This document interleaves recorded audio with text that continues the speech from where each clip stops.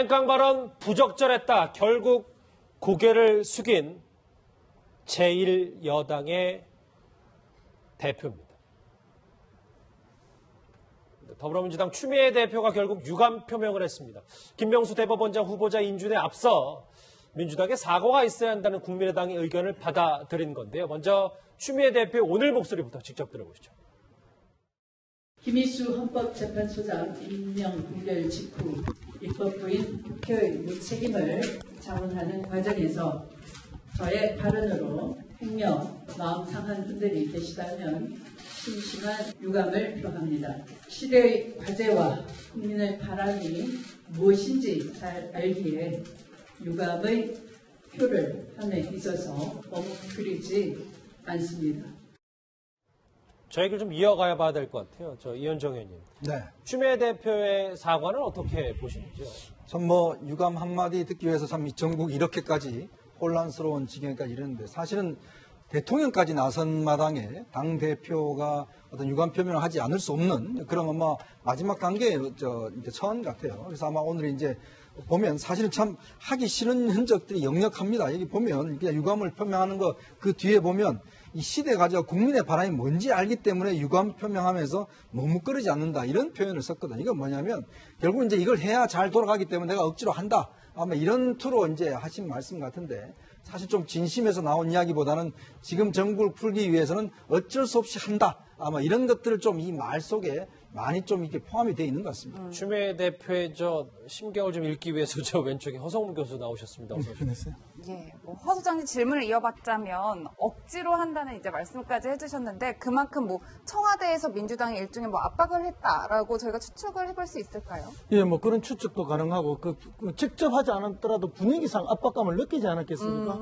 지금 집권당의 대표가 어떤 자리입니까? 전국을 풀어가는 주체가 돼야 되지.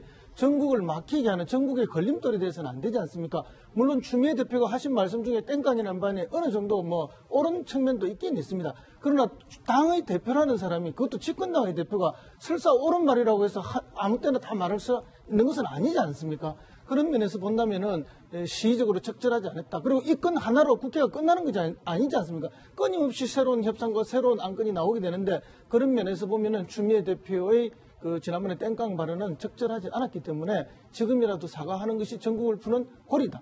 제일 중요한 것은 여소야대 아닙니까? 집권당은 무한 책임을 져야 되는데 일당이긴 하지만 다수당이 아닙니다. 그렇기 때문에 더 입장이 난처하기 때문에 국회에서는 국회의 의법을 따라가는 것이 맞다라고 봅니다. 예, 이종걸 시장님 저는 그런데 좀 원초적인 질문을 드리자면 추미애 대표의 이 사과가 사과인 거는 맞는 거죠? 일단 그것을 받아들이는 쪽이 어떻게 받아들이느냐가 사과의 관건이겠죠. 국민의당 받아들였습니다. 그래서 국민의당 공식적으로 이제 받아들이고 이걸 풀겠다라고 했으니까 제가 중요한 게 아니라 국민의당에서 받아들였다면 사과라고 판단을 해야 되지 않겠습니까? 유감 표명이든 뭐든 사과는 사과다. 왜냐하면 어제 청와대에서 김명수 대법원장 후보자에 관해서 이런 얘기를 했기 때문에 추미애 대표가 입장이 좀 바뀐 거 아니냐 이런 해석이 나오기도 했었습니다. 어제 청와대 목소리 한번 들어보시죠. 또한 삼권 분립에 대한 존중의 마음으로 사법부 수장을 상대로 하는 인준 절차에 예의와 품위가 지켜지는 것도 중요합니다. 인준 권한을 가진 국회가 사정을 두루 살펴 사법부 수장 공백이라는 초유의 사태가 벌어지지 않도록 해주시기 바랍니다. 그동안 국회와의 원활한 소통을 위해 노력했지만 부족했던 것 같아 발걸음이 더 무겁습니다. 왜냐하면 추미애 대표가 얘기를 좀 해보자면 항상 강성 발언으로 청와대에 조금 걸림돌이 아니냐 이런 비판의 목소리도 있었는데 이렇게 되면 추미애 대표 운신의 폭이 좀 좁아드는 건 아닌지요? 추미애 대표 입장에서는 이보 전진을 위한 일부 후퇴 아니겠습니까? 본인이 이제 강성한 발언 이런 걸 통해서 정치적으로 여러 가지 입지를 다져왔던 게 사실이기 때문에 제가 볼 때 이 노선을 포기하지는 않을 거라고 봅니다.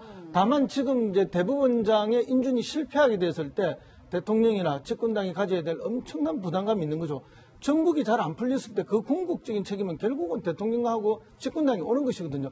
야당이 어떻게 했다, 명분이 있다 없다 이건 둘째입니다. 그런 면에서 본다면 추미애 대표는 작전상 후퇴를 하지 않을 수가 없었다.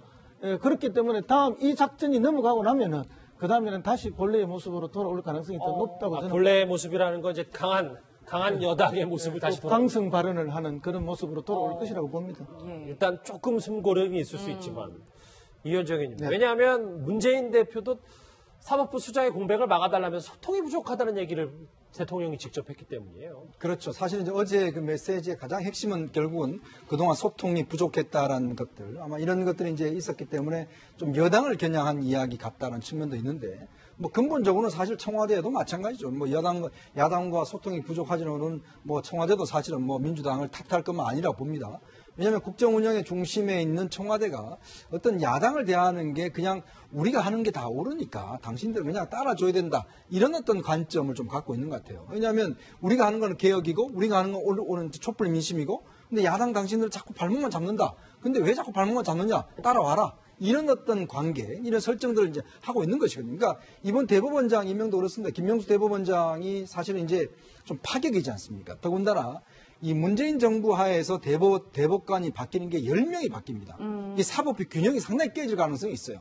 자, 지금 사법부 균형이 깨지면 지금 야당들 입장에서 보면 이거 혹시 잘못하면 계속적으로 좀 야당한테 불리한 판결을 하지 않을까? 자, 홍준표 대표 지금 대법원에 걸려 있잖아요. 그렇네요. 당연한 이런 문제 등등 있으면 걱정이 생길 수밖에 없어요. 그렇기 때문에 이 김명수 대법원장 후보자가 너무나 사법의 한쪽 균형추를 지금 흐트러뜨리는 이제 그런 가능성이기 때문에 야당도 반대하는 것이거든요. 그래서 제가 볼 때는 앞으로는 결국은 야당의 어떤 상대를 단순히 그냥 우리가 하니까 따라오라는 식이 아니라 정말 파트너로 인식하느냐 아냐에 따라서 사실 이번 정기국회에 100개 넘는 법안 통과가 있습니다. 이거는 지금 시작입니다. 이거는 아무것도 아니고 앞으로 법안 통과 사사건건 이런 문제가 저는 닥칠 걸로 봅니다. 예, 이종건 시장이 이런 와중에 문재인 대통령에 대한 지지율이 이제 공개가 됐는데 네, 그렇습니다. 어떻게 저희가 평가를 해봐야 그렇죠. 될까요? 여론조사 기관 두 군데에서 동시에 3주 연속 하락에 70%가 무너졌죠. 그런데 지금 이 의원 말씀에 그 키가 있습니다. 뭐냐면 이거죠. 자, 보통 3월 달에 정부가 시작하잖아요. 3월 달에, 2월 달에 취임식하고 그러면 그때부터 한 3개월 정도는 인사정국이 있을 수밖에 없어요. 인사청문회가 언제나 사실은 계속 발목을 잡습니다. 그렇죠. 그런데 예. 3개월 정도에 끝냈어야 돼요. 왜냐하면 바로 뭐가 들어오냐면 정기국회가 들어오거든요. 정기국회는 어차피 뭐 야당하고 법안을 만들어야 돼요. 그런 협상을 할 수밖에 없습니다. 그런데 5월 달에 이 정부가 시작되면서 9월까지 끌었어요. 인사를. 그러니까 그 인사를 조금이라도 더 빨리 끝내고 예를 들어서 박성진 그 장관 후보자 같은 경우 좀 빨리 그냥 끝내고 뭔가 다른 어떤 그런 이 터닝 포인트가 있어야 되는데 정기국회 직전까지 인사 문제로 발목을 잡힌 상황에서 바로 야당과 협상에 들어간다. 이런 모습들이 국민들한테는 이제 피로감이 좀 들고 있거든요. 소통에 대한 피로감. 이래서 사실 인사 문제를 너무 끈 게 굉장히 좀 이 지지율 하락의 큰 원인이었다라고 보여져요. 이 지지율 흐름이 더 의미가 있을 수밖에 없는 게 뭐냐면 이제 추석이 바로 얼마 안 남았기 때문에 문재인 대통령이 맞는 첫 번째 명절이잖아요, 교수님. 이 자연스러운 현상, 자연스럽게 지지율이 떨어진다고 볼 수는 없는 거 아니겠습니까? 예, 뭐 어느 정권도 초기에는 지지율이 좋았다가 시간이 가면서 점점점 떨어지는 게 반복되고 있기 때문에 문재인 정부 역시 그런 비슷한 경로를 가질 것이다 하는 것이 일반적 예측입니다. 그러나 이제 이번에 지지율이 막 떨어지는 것은 방금 말씀하신 인사의 문제도 있지만 결국은 북핵과 미사일에 의한 안보 불안이 가장 크죠. 다만 이제 문재인 대통령 제가 볼 때는 역대 어느 정권보다도 이 안보에 대한 대처를 강력하고 신속하게 하고 있는 것은 사실입니다.